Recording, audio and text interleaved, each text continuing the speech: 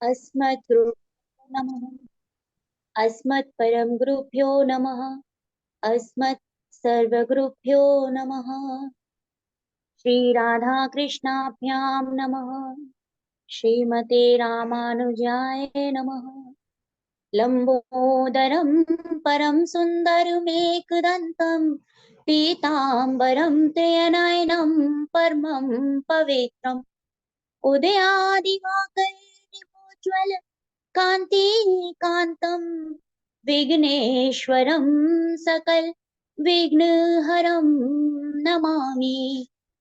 शरीरं स्वरूपं ततो वा कलत्रं यशश्चारुचित्रं धनुमेरुतुल्यम् मनश्चैव लग्नं श्रीरङ्गे पतये ततः किं ततः किं ततः किं ततः किम् नारायणं नमस्कृत्य नरं चैव नरोत्तमं देवीं सरस्वतीं व्यासं ततो जयमुदीरये।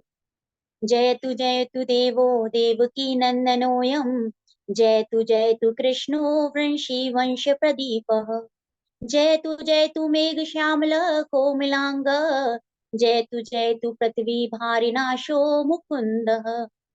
कृष्ण त्वदीय पद पंकज पंजारन्ते अदयेव मे विषिक्त मानस राजहंस प्राण प्रयाण समय कफवात पित्तये कंठावरोधनो विदो स्मरणं कुतस्ते। करारविन्दे पदारविन्दं मुखारविन्दे विनिवेश्यन्तम् वटै पत्रस्यै पुटे ज्ञानं मालं मुकुन्दं मनसा स्मरामि। रामाय रामभद्राय रामचन्द्राय वेदसे रघुनाथाय नाथाय सीताय पतये नमः। मूकं करोति वाचालं पंगुं लंघ्यते गिरिं यत्कृपातमहं वन्दे परमानन्दमाधवम्। गुरु ब्रह्मा गुरुर्विष्णु गुरुर्देवो महेश्वर गुरु साक्षात् परब्रह्म तस्मै श्री गुरुवे नमः। भक्ति भक्ति भगवंत गुरु चतुर नाम बपु एक इनके पद वंदन किए नासत विघ्न अनेक। अनंत कोटि ब्रह्मांड नायक अचित्य कल्याण गुणगण निधान सर्वेश्वर सर्वाधिपति अकारण करुणा वर्णालय अकारण करुणाकारक सकल जन कल्य शापहारक परात्पर परब्रह्म अनंत कोटि कंदर्प दर्प दलन पटियान निर्गुण निराकार सगुण साकार जगदेक बंधु करुणेक सिंधु सचिदानंद घन परमात्मा श्री कृष्ण एवं श्री राधा रानी के युगल चरणान विंदों में दासी का बारंबार प्रणाम एवं समुपस्थित भाग भगवत भक्त भागवत कथा अनुरागी भक्तों सज्जनों और मातृशक्ति भगनी बांधवों सिया राम में सब जग जानी करहु प्रणाम जोर जुग पानी। जैसे कि पिछले वक्तव्य में हमने श्रवण किया था कि जो ये भागवत है ये भगवान श्री कृष्ण की वांगमयी मूर्ति है, शब्दमयी मूर्ति है। ऐसे ही ये जो भागवत है इनके 12 स्कंद हैं और 335 अध्याय हैं तथा 18,000 इसमें श्लोक हैं। और कौशिकी संहिता में कहा गया है ये जो 12 स्कंद हैं ये श्री हरि के अंग हैं, भगवान के अंग बताए गए हैं। किस तरीके से बोला गया है? पादौ तु प्रथम स्कंद द्वितीयो जानुनी श्रुतः तृतीय संस्थनि गेय चतुर्थः कटिरुच्यते नाभि तु पंचम विदयात् हृदयं षष्ठं मिरितं सप्तम अस्तूरः प्रोक्तम् अष्टम कंठं रुच्यते।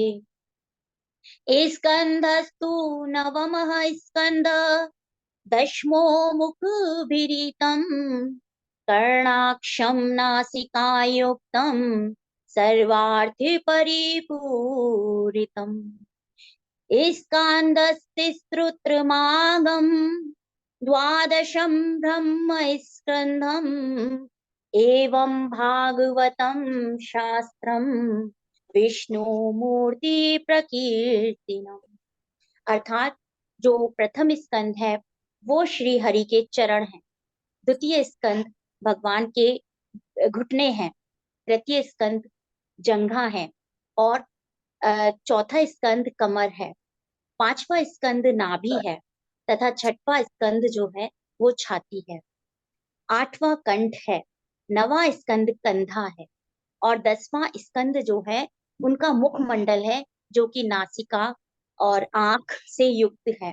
कान नासिका आंख संपूर्ण मुखमंडल उनका जो है 10वां स्कंद है तथा 11वां स्कंद उनका मस्तक है और 12वां स्कंद जो है ब्रह्मरंध्र है। इस तरीके से ये 12 स्कंद जो है भागवतम के, ये संपूर्ण श्री हरि का शरीर है। और जब भी कोई पुराण या भगवान से रिलेटेड कोई भी किताब आती है तो सबसे पहले उसमें मंगलाचरण होता है। तो इसका मंगलाचरण बहुत अ, अलग तरीके का है। पहले हम मंगलाचरण करते हैं और उसके बाद उसकी व्याख्या सुनेंगे। जन्मादस्य यतोऽन्वयादितरतश्वे भिज्ञस्वराट् तेने ब्रह्महृदाय। जन्मादस्य यतोऽन्वयादितरतश्चार्थेष्विज्ञ स्वराट् तेने ब्रह्महृदाय आदिकवये मुह्यन्ति यत सूर्यः। तेजो वारिमृदां यथा विनिमयो यत्र त्रिसर्गो मृषा धाम्ना स्वेन सदा निरस्तः कुहकं सत्यं परं धीमहि। सत्यं परं धीमहि। इस मंगलाचरण में किसी भी ईश्वर का, किसी भी देवता का, किसी भी देवी का एक नाम नहीं दिया गया है। बोला गया है सत्यम परम धीमहि, जो सत्य है उसका मैं ध्यान करता हूं। क्योंकि प्रभु वेद व्यास जी जो थे वो त्रिकालदर्शी थे, आगे भविष्य को भी जान लेते थे। तो उन्होंने देखा था कि आगे आने वाले समय में जो मानव जाति होगी वो विभिन्न समुदायों में बंटकर रह जाएगी। तो कहीं ऐसा ना हो ये जो भागवत है ये किसी विशेष समुदाय के लिए नहीं है, अपितु केवल ये मानव जाति के लिए भी नहीं है, ये संपूर्ण जीव के लिए है। कोई जीव, अब जिसे कहा जाता है कि भागवत अगर हो रही हो वहां पर कोई जीव आके बैठ जाए, कोई पक्षी आके बैठ जाए, कोई गाय पशु आके बैठ जाए, कोई भी बैठ जाए तो उसे हटाना नहीं चाहिए अगर वो किसी तरीके का व्यवधान नहीं दे रहा है। क्योंकि उसके अंदर जो स्थित आत्मा है वो परमात्मा का ही स्वरूप है। उसके भी कोई पुण्य कार्य कर्म ऐसे उदय हुए जो वो वहां पर आए हैं और उसको सुनने की अधिकारी है। तो सत्यम परम धीमहि बोलने का तात्पर्य ही यही था। क्योंकि अगर इसमें शिव का नाम ले देते तो शैव्य लोग ही अपना अधिकार समझते और वैष्णव लोग थोड़ा संकोच करते इसे पढ़ने में, क्योंकि वहां भक्ति उनकी जागृत नहीं होती। जिस वैसे तो सभी एक ही है परमात्मा, लेकिन होता क्या है कि जब हम एक इष्ट की भक्ति करने लग जाते हैं तो उनके प्रति जो एक स्नेह प्रेम भाव उत्पन्न हो जाता है वो हर जगह उस तरीके से हम नहीं जुड़ पाते हैं। तो इसी वजह से यहाँ पर बोला गया है जन्मादस्य यतोन्वयादि तरतश्चार्थेष विज्ञ स्वराट, जो शत पदार्थों से अनुगत है और असत पदार्थों से पृथक है, जो सर्वज्ञ है, स्वयं प्रकाश है, जिन्होंने सृष्टि के आदि कवि ब्रह्मा जी को सिर्फ संकल्प मात्र से वेद का ज्ञान प्राप्त कराया था, जिसके विषय में बड़े बड़े विद्वान भी मोहित हो जाते हैं। यानी कोई परमात्मा की अगर खोज भी करने जाता है विद्वान बन के, भक्त बन के और अनुनय विनय के साथ जाता है, वो तो परमात्मा को एक बार को प्राप्त कर सकता है। पर कोई अगर विद्वान बन के परमात्मा को प्राप्त करना चाहता है तो वो भी मोहित हो जाता है और अपना प्रश्न भूल जाता है कि वो किस कार्य हेतु क्या उसने शुरू करना चाहा था, क्या परमात्मा को कैसे ढूंढना चाहा था। तो ये जो जिस तरीके से प्रतीत होता है, जब हम एक रोड पर जाते हैं, सड़क पर हम चल रहे होते हैं किसी भी वाहन पर बैठ के, तो हम दूर से प्रतीत होता है कि वहां पर आगे जाके शायद पृथ्वी पर जल पड़ा हुआ है। परंतु वहां जब पास जाते हैं तो वो प्रकाश की रोशनी की वजह से स्थल में जल का अनुभव हो रहा था। उसी तरीके से ये संपूर्ण जगत जो है, सत्य ना होते हुए भी सत्य प्रतीत होता है। तो जो जल में तेज होने की वजह से जल में स्थल का और स्थल में जल का आभास कराने वाली सृष्टि है, उससे भी परे है। यानी हम जो सत्य मान रहे हैं, जो माया के जाल में फंसे हुए हैं, वो अपनी माया के वशीभूत नहीं है। ऐसे परम सत्य परमात्मा का मैं ध्यान करता हूँ। इस तरीके से इसमें परमात्मा का जो जो है मंगलाचरण किया गया है। अब बात आती है कि भागवत के अधिकारी कौन है।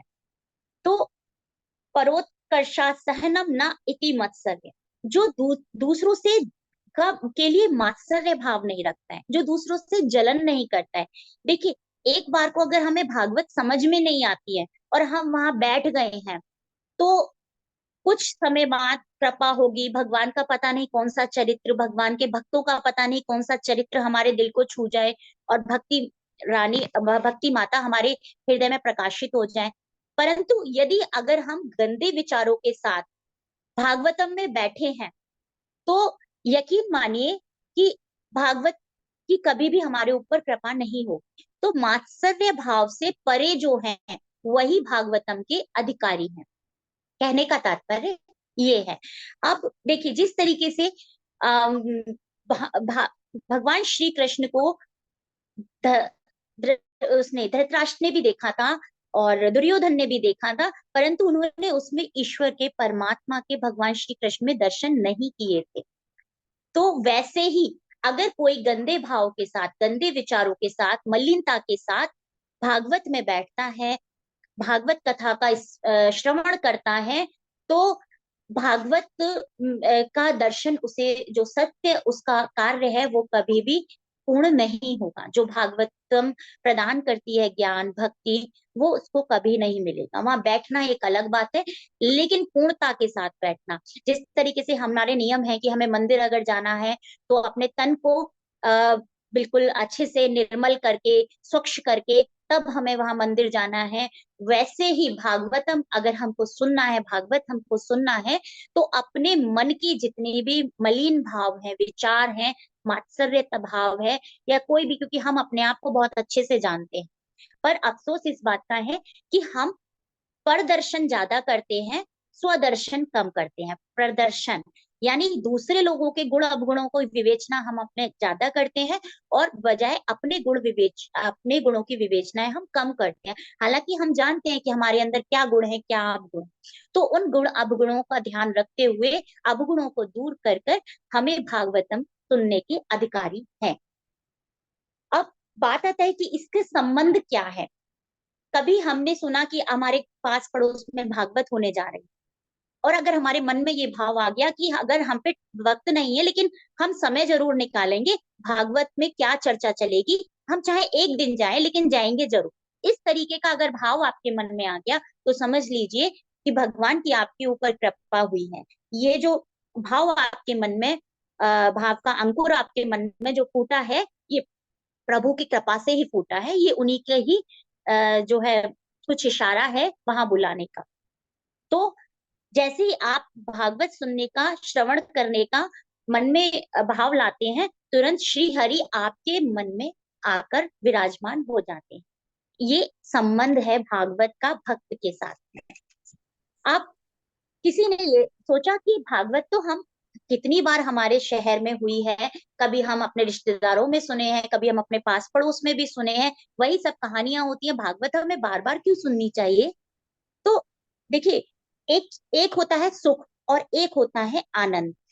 तो भागवत में अगर हमको आनंद आने लग गया, भक्ति में अगर हमको आनंद आने लग गया, तो आनंद जो है कभी भी ये नहीं कहता है कि अब हम बस ठीक है। जैसे कि कभी हमको प्यास लगती है, तो हमने पानी पिया, तो जब तक हमको प्यास लग रही थी तब तक तो हम उस पानी के लिए तरस रहे थे, और उसको पीने के बाद उसकी जो वैल्यू है वो खत्म हो गई। ठीक है, अब हमारी पूर्ति हो गई, अब हमें नहीं, तो वो तो होता है सुख। लेकिन जितनी मिले उससे ज्यादा की इच्छा, और ज्यादा उसे जानने की इच्छा, वो होता है आनंद। तो सुख और आनंद दोनों अलग अलग चीज है। हम लोग छोटी छोटी चीजों में सुख ढूंढते हैं, तो वो मिलने के बाद सुख हमारा खत्म हो जाता है, फिर हम अगली चीजों में हमारी इच्छाएं बढ़ने लग जाती हैं।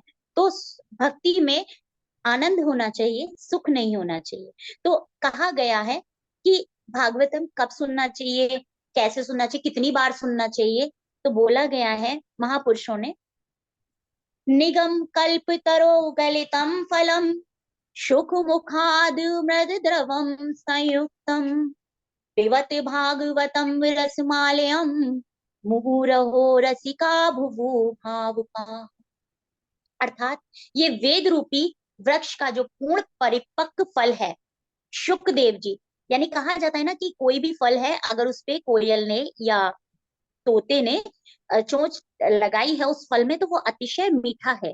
तो ये जो भागवत फल है, ये खुद देव जी के शुक देव जी के मुंह से इसकी अमृत वर्षा हुई है। तो ये तो मतलब क्या, इसमें तो कोई सोचने वाला विषय है ही नहीं है कि ये कितना महत्वपूर्ण है, कितना मीठा होगा। तो अब क्या है, फल खाते हैं जब हम, तो उसमें बहुत कुछ छिलका निकलता है, कुछ गुठली निकलती है, परंतु ये जो भागवत फल है, भागवत रूपी फल है, इसमें कुछ भी तजने योग्य नहीं है, कुछ भी छोड़ने योग्य नहीं है। इसमें कुछ भी छिलका गुठली जैसा कुछ भी ऐसा नहीं है जो हमको छोड़ा जाए। जो अब जितने व्यास जी आते हैं व्यासपीठ पर बैठकर बोलते हैं, सबका कहने का तरीका अलग अलग होता है, लेकिन हर किसी से हमें कुछ ना कुछ नया सीखने को जरूर मिलता है।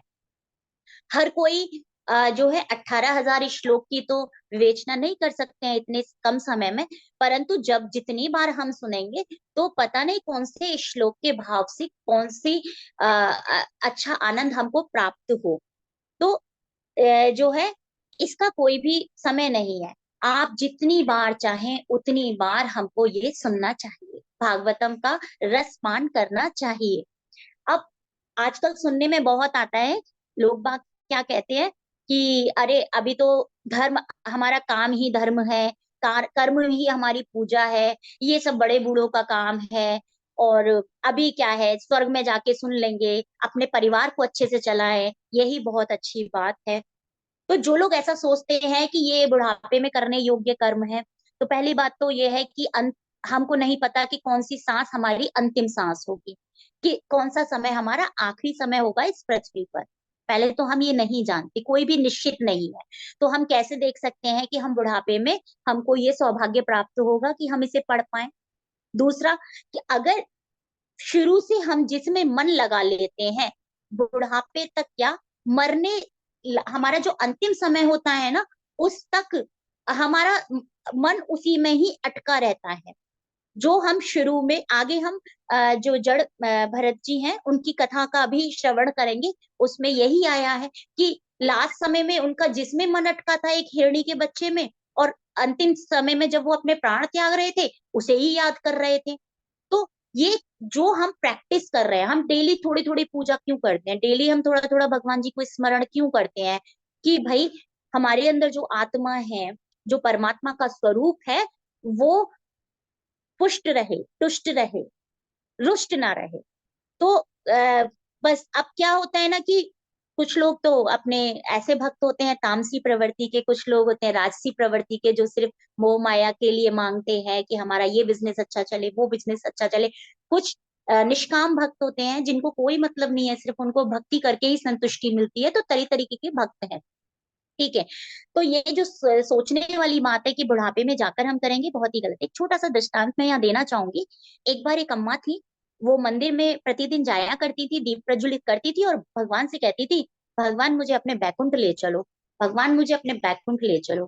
तो एक दिन क्या हुआ, भगवान जो है प्रकट हुए स्वप्न में उसके पास, और आके बोलते, अम्मा चल तेरा वक्त आ गया, तू बहुत बैकुंठ के लिए बोलती है, मैं खुश हूँ तेरी पूजा से, चल मेरे साथ। तो अम्मा थोड़ा सकपक आई। अम्मा बोली कि अरे प्रभु जी मैं चलती तो आपके संग में, लेकिन मुझे थोड़ा सा समय और दे दो। अभी मेरा जो बहू है वो अभी नई नई आई है, उसे सामाजिक तौर तरीके पता नहीं है, बाल बच्चा भी कुछ नहीं है उसके पास, थोड़ा नाती पोते देख लूं मैं, फिर उसके बाद चलूंगी। तो भगवान बोले ठीक है। कुछ समय बीता, उसके जो है पोता हो गया, वो थोड़ा बड़ा भी हो गया। प्रभु जी फिर प्रकट हुए, अम्मा तू तो आती है डेली और बोलती है मुझसे प्रतिदिन कि मुझे बैकुंठ बुला लो, मैं बहुत खुश हूँ तेरी पूजा से, चल मेरे साथ। तो अम्मा बोलती है कि प्रभु जी अभी तो वो बालक छोटा है और बहू भी बालक जैसी है, थोड़ा सा उसे जिम्मेदारी का एहसास हो जाए फिर चलूंगी। तो तीसरी बार फिर प्रभु जी प्रकट होते हैं, तो अम्मा झुंझला जाती है। अम्मा कहती है कि प्रभु जी ये बताओ क्या सिर्फ इस मंदिर में मैं ही पूजा करने आती हूँ, मेरी पूजा से आप संतुष्ट और खुश हो? इस कॉलोनी में, इस मोहल्ले में तुम्हें और कोई नजर नहीं आता है, किसी और की पूजा नजर नहीं आती, मेरे पीछे पड़ गए हो, चलो चलो बैकुंठ। कहने का तात्पर्य ये है कि हमारे जो वचन है, क्या हम वो मन से बोल रहे हैं? क्या हमारे वचन जो है सच में वही है जो हम आरती में बोलते हैं कि सब कुछ है तेरा क्या लागे मेरा?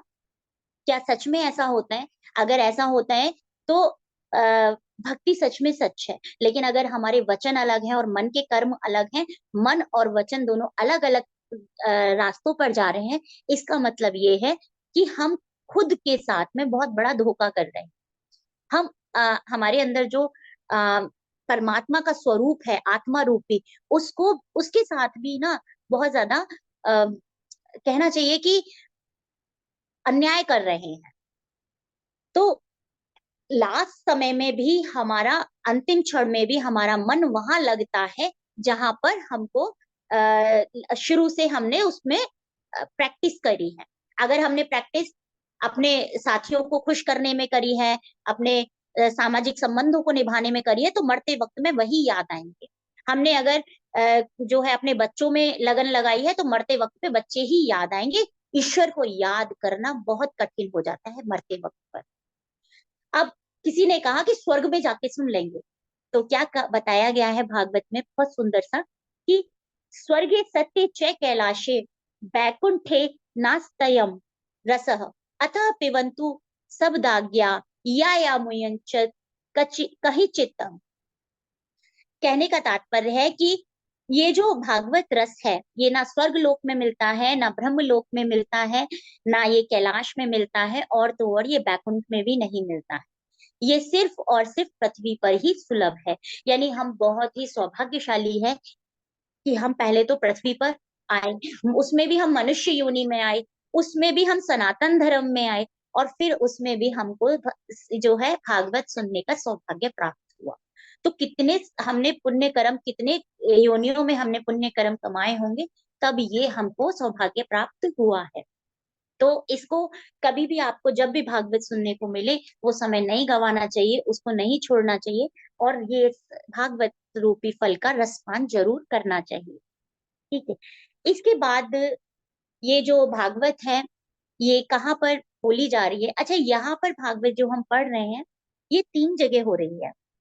सुखदेव जी राजा परीक्षित जी से चर्चा कर रहे हैं, और मैत्री मुनि जी विदुर जी से चर्चा कर रहे हैं, और सूत जी महाराज शौनकादिक ऋषियों को भागवत सुना रहे हैं। नैमिषारण्य जो तीर्थ है, वो तपोभूमि है, जप तप की भूमि है।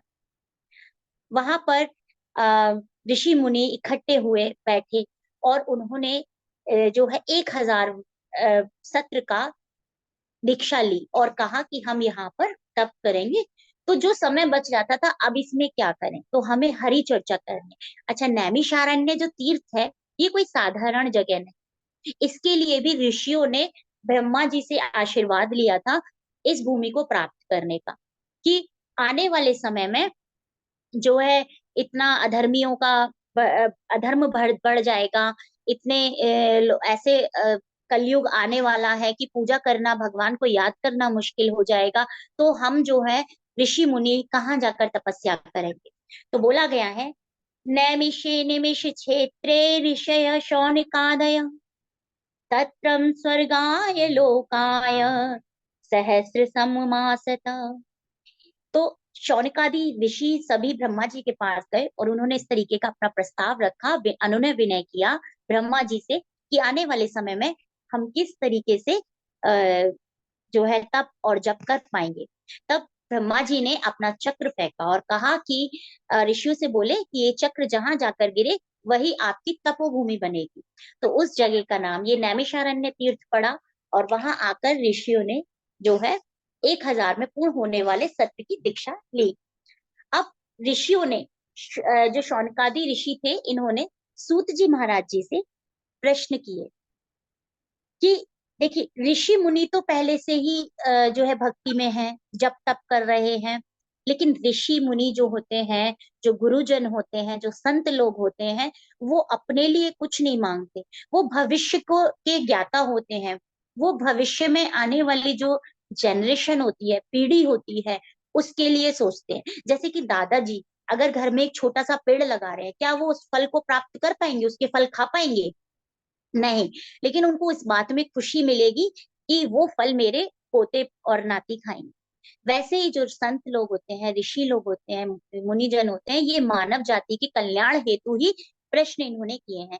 क्योंकि जब उनका कार्य ही जब तक करना है तो उनको क्या फर्क पड़ता है कि ऐसा कोई हमको, उनका जैसे एक प्रश्न था ऋषि का कि हमको ऐसा कोई पुराण या ऐसा कोई हमको उपनिषद बताइए जिससे कम समय में पढ़ा जा सके, इजी भाषा में पढ़ा जा सके। ऋषि मुनियों को क्या जरूरत था ये प्रश्न करने की? वो तो खुद जब तप में लगे हुए थे, उनके पास समय ही समय था। पर वो जानते थे कि आने वाले समय में लोगों के पास ना तो इतना ज्ञान होगा कि वो इतनी कठिन भाषा को महापुराणों की समझ पाए, और ना ही इतना समय होगा। वो अपने प्रतिदिन जो करने वाले कार्य हैं उसमें ही इतने व्यस्त रहेंगे। अपने जो पैसे कमाना, बच्चों को पालन लालन करना, परिवार को पालना, उसे ही वो सब कुछ मानेंगे और उसी में ही वो इतने फंसे रह जाएंगे कि आगे उन कुछ नहीं कर सकते। तो क्या प्रश्न किए हैं शौनकादि ऋषि सूत जी महाराज जी से? किम श्रेय शास्त्र सारकः स्वावतार प्रयोजनम्, किम कर्म केवतारश्च धर्मतः शरणं गतः। मनुष्य के एकमात्र कल्याण का क्या कारण? शास्त्र बहुत से हैं, अनेकों प्रकार के कर्मों का वर्णन किया है, परंतु मनुष्य को क्या करना चाहिए और क्या नहीं करना चाहिए, ये ऋषि मुनियों का प्रश्न था। पर जब मैं ये वाली लाइन पढ़ रही थी ना, तो मुझे सूरदास जी का एक बहुत सुंदर पद याद आया, उसको मैं जरूर करना चाहूंगी कि मनुष्य को क्या करना चाहिए और क्या नहीं करना चाहिए। तो सबसे पहले जो सूरदास जी ने बोला था ना, वो बहुत अच्छा पद बोला था, इसका तो जरूर ही करना चाहिए। छाणी मणि हरि विमुखने को संग, छाणी मने हरि विमुखने को संग, जिनके संग कुबुद्धि उपजत है, जिनके संग कुबुद्धि उपजत है, परत भजन में भंग, छाणे मन हरि विमुखने को संग, कहा होत पय पान कराए, कहा होत पय पान कराए, विष नहीं तजते भुजंग। तो सबसे पहले तो जो विमुख लोग हैं उनका हमें साथ नहीं रहना चाहिए, क्योंकि ये जरूरी नहीं है कि आपका प्रभाव उनके ऊपर पड़ जाए, वो भक्ति में आ जाए। परंतु हाँ, कहते हैं कि गलत चीजें ज्यादा आकर्षित करती हैं। कहीं ऐसा ना हो कि अपनी भक्ति छूट जाए, अपना भजन छूट जाए और हम विमुख लोगों की तरह से विचारधारा वाले हो जाए। तो यहाँ पर जब ऋषि मुनि ने ये प्रश्न पढ़ा ना मैंने कि उन्होंने किया, तो मुझे कलयुग को देखते हुए तो ये वाला पद बहुत अच्छा लगा कि ये वाला पद मैं सबके साथ में जरूर अ, साझा करूं। उसके बाद शौनकादि ऋषि पूछते हैं, भगवान श्री कृष्ण देव की और वसुदेव के यहाँ क्या करने की इच्छा से अवतीर्ण हुए थे? देखिए भगवान श्री कृष्ण की जो लीलाओं का वर्णन हुआ है, भगवान श्री कृष्ण की जो भक्तों की लीलाओं का वर्णन हुआ है, जो बैकुंठ का वर्णन हुआ है, इसको पढ़ने से क्या भगवान श्री कृष्ण खुश हो जाते हैं? नहीं। इसको भगवान श्री कृष्ण खुश नहीं होते, पर इसे पढ़ने के बाद आपकी जो बुद्धि है वो, उसका सोचने का तरीका बदल जाता है, और जो भक्ति है वो खुद ब खुद आपके मन में प्रकाशित हो जाती है। तो भक्ति देवी प्रकाशित जब भी होती है जब हम भगवान, जो भी हमारे इष्ट देव है, उनके जीवन परिचय, उनकी जीवन लीलाएं, उनके भक्तों की लीलाओं का हम पठन पाठन करते हैं, हरि चर्चा करते हैं। जितने भी भक्त हुए, क्या बिना भागवत उनके जीवन में बिना भागवतम का आगमन नहीं हुआ और वो भक्त बन गए? क्या ऐसे ही उनके मन में प्रेम प्रकाशित हो गया? क्योंकि उनको तो लालसा भी नहीं थी कि मेरा जो है ना ये बिजनेस अच्छा चले, कि मेरे बच्चे ऐसे हो। अगर ऐसी लालसा होती तो वो भक्ति नहीं होते। उनको तो ये सब लालसाएं भी नहीं थी। कैसे उनके मन में चमत्कार हुए, कैसे उनकी जिंदगी में चमत्कार हुए कि वो भक्त बन गए? बिना भागवतम का पठन पाठन करे कोई भी भक्त नहीं बना है। जब तक श्री कृष्ण की लीलाओं का उन्होंने पठन पाठन नहीं किया है, हरि चर्चा नहीं करी है, कोई भी भक्त नहीं बने हैं। चाहे वो मीराबाई हो, चाहे वो सूरदास जी हो, चाहे कोई भी भक्त आप उठा के देख लीजिएगा। आप जब उनका जीवन परिचय पढ़ेंगे तो देखिए कितना सुंदर सुंदर वो लीलाओं का खुद से प्रवचन, यानी उनको इतनी सामर्थ्य मिल गई। देखिए क्या है ना, हम लोग अभी हम सिर्फ विग्रह की पूजा कर रहे हैं। हम विग्रह की पूजा करते हैं ना, तो हम उसको मन से अगर नहीं माने ना कि वो विग्रह नहीं है, वो सचमुच हमारे इष्ट देव बैठे हुए हैं हमारे मंदिर में, तो हम बहुत शुद्ध पूजा करेंगे, बहुत मन से। जैसे कि एक बच्चे के आगे गलत कार्य हम नहीं कर सकते, झूठ नहीं बोल सकते, चोरी नहीं कर सकते, क्योंकि ये हमारा बच्चा है, आगे जाके बिगड़ जाएगा। वैसे हमारे मंदिर में ठाकुर जी है, ये हमारे ठाकुर जी बैठे हैं, विग्रह नहीं बैठा है। ये सब सुन रहे हैं, सब जान रहे हैं। तो इस तरीके की जब तक भावना नहीं आएगी, हम शुद्ध नहीं हो पाएंगे। तो ये भावना लाना सबसे पहले जरूरी है, विश्वास करना सबसे पहले जरूरी है। तो भगवान श्री कृष्ण के जब तक हम चरित्रों का, तो यहाँ पर जो ऋषि मुनि ने पूछा ना कि भगवान के हमें लीलाओं का वर्णन करिए, किस लिए किए? कि भागवत में जब पढ़ेंगे, लीलाओं का वर्णन करेंगे, तो भक्तों के लिए ये उपयुक्त होगी, महत्वपूर्ण होगी, उनके लिए बहुत लाभकारी होगी। फिर श्री हरि के प्रमुख कितने अवतार हुए, इसमें ये पूछा गया। जब भगवान श्री कृष्ण चंद्र अपने धाम धाम को चले गए, तो धर्म का कम किम शरणम गतः, धर्म जो है किसकी शरण में गया? शौनकादि ऋषियों के इस प्रकार के प्रश्न पूछने पर सूत जी ने अपने गुरुदेव श्री सुखदेव जी का मंगलाचरण किया। उन्होंने, सूत जी महाराज ने सुखदेव जी महाराज, जो ये सुखदेव जी महाराज वो हैं जो राजा परीक्षित को भागवत सुना रहे हैं, तो पहले उनका उन्होंने मंगलाचरण करा। यह स्वन स्व यह स्वानुभावमखिल श्रुति सारमेक मध्यात्म दीप मतिर्दिशिताम तमोधनम संसारिणां करुणाया पुराण गुइनम तम व्यास सुनुमुपयामि गुरुं मुनीनामम्। शौनकादि जी ऋषि शौनक जी ने श्रीमद् भागवत महापुराण, सूत जी बोले कि शौनक जी, ये जो श्रीमद् भागवत पुराण है, ये आत्म स्वरूप का अनुभव कराने वाला है। यानी अभी हम जो कह रहे थे कि भगवान श्री कृष्ण की लीला है, उनके भक्तों की लीलाओं का जब हम इस श्रवण करेंगे, तो हमारा जो आत्म स्वरूप है, जो आत्मा जुड़ेगी सच में परमात्मा से, उसका अनुभव कराने वाला है। और समस्त वेदों का सार है। यानी जो इतने सारे वेद हमारे लिखे गए हैं वेद व्यास जी द्वारा, उसमें से सार सार निकाल कर हमको दे दिया गया है।